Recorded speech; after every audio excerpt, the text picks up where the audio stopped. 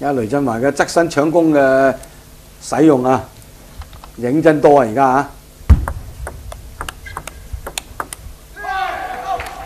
係喎，真係一鬥住反手啊！張繼科真係比佢快啲嘅喎。儘管佢大隻，佢都夠大隻㗎啦，但係個擊球時間唔夠張繼科快，所以佢有啲窒窒地佢嘅反手，唔敢同佢對得咁多。1-1，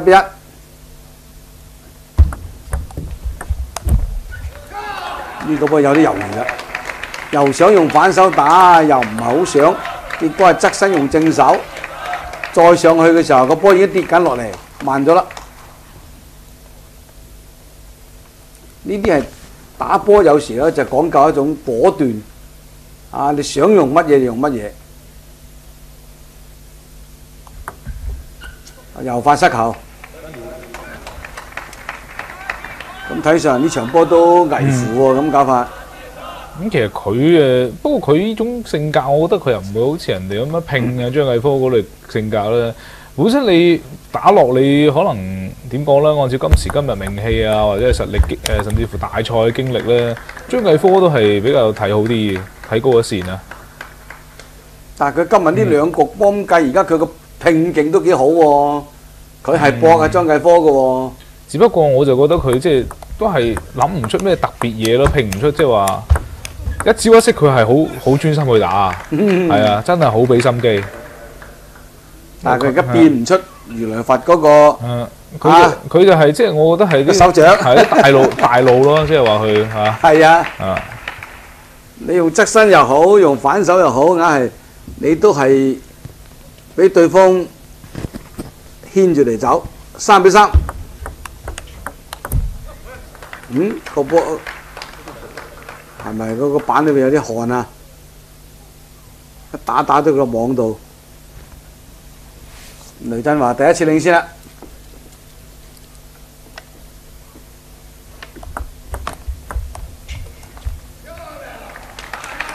想挑打又唔敢挑打，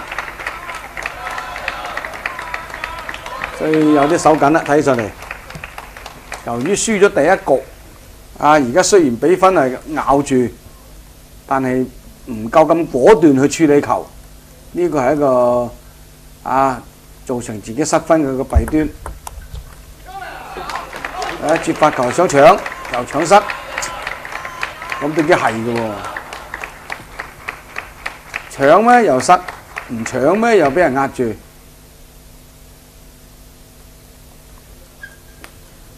咁啊！如果按照我嘅想法，梗係應該再搶，保證喺命中率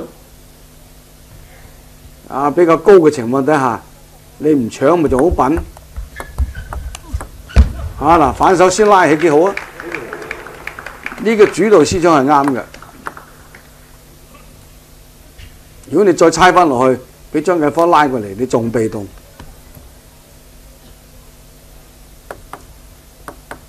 5平，呢個比分仲係大家都可以接受。又側旋啦，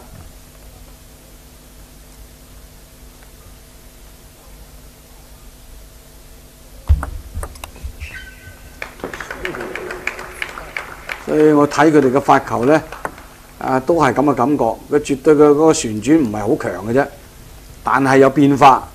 一陣就變上，一陣就變下，側旋，大啲咁多下。你一唔敢起手打我，你就要猜，一猜你就容易出機會俾我。所以雷振華呢2分發球呢，都攞到啲主動啊！係啦，7-5啦，攞咗2分，唔簡單啦！喺咬住嘅情況底下，自己發球攞到2分。咦！接發球呢，反手又可以衝咗1分落去。咁同頭先嗰個猜球之後衝落去嘅一樣，直接就得分啦。係咪揾到一個好嘅得分手段呢？係啊，而家唔使側身啊嘛嗱，用反手打啦，4分啦。係咧。唔好唔相信自己嘅反手。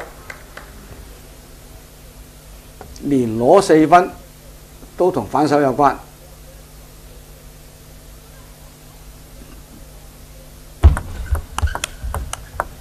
哦，靚波！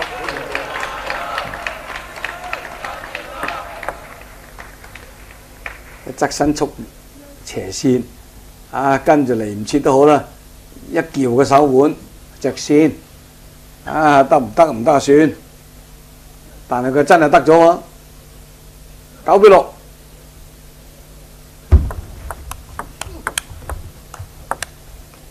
好啦，咁攞住10-6嘅領先，雷振華呢個波有希望啦。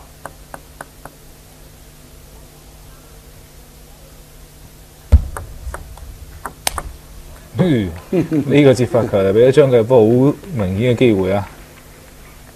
張繼科多謝都冇句我應得嘅呢個波，我發球就係要你高啊嘛。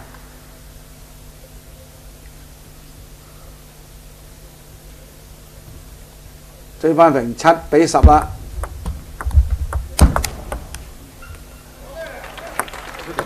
張繼科再攞一分，呢分波係被動防守，雷振華真係諗唔到啦，呢分波又會輸。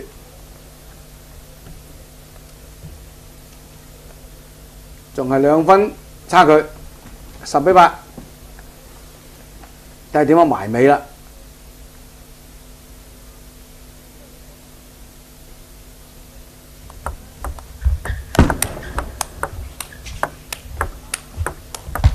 陰公啊！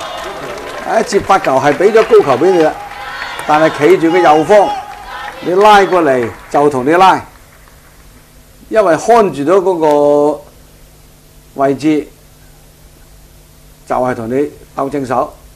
雷振華陰公啦，喺領先俾人追嘅情況底下有啲手緊，張繼科冇乜所謂，反正我都已經落後10-7嘅，追翻上嚟9分都唔錯啦咁啊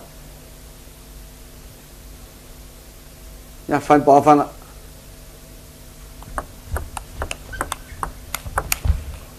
哎呀，呢個波睇住咗又係唔落台，咁都好，11-9，雷振華贏翻局。呢一局入邊咧，始終俾佢揾到一個辦法啦。咁連得嗰4分咧，真係好關鍵。係啊，嗰時個反手夠膽死拉一品得1分。係啊。11-8，張繼科先贏一局，第二局都輸翻9-4。